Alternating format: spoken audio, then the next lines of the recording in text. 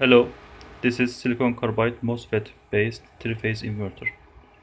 Here is the power board, controller, and MOSFET is down. There is 12 MOSFET.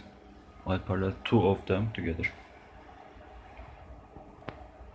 Now I am testing in low voltage, 30 volt, 0 amp, and this is the output. I will test it in high voltage like 700 volt later. Here is the input DC link capacitance, gate driver boards,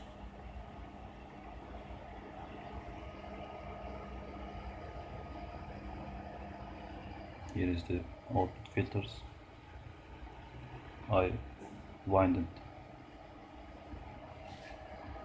this output capacitor. It will be changed. This is a bit low capacitance, it has to be changed. And this is the Texas Instrument controller F20A 335.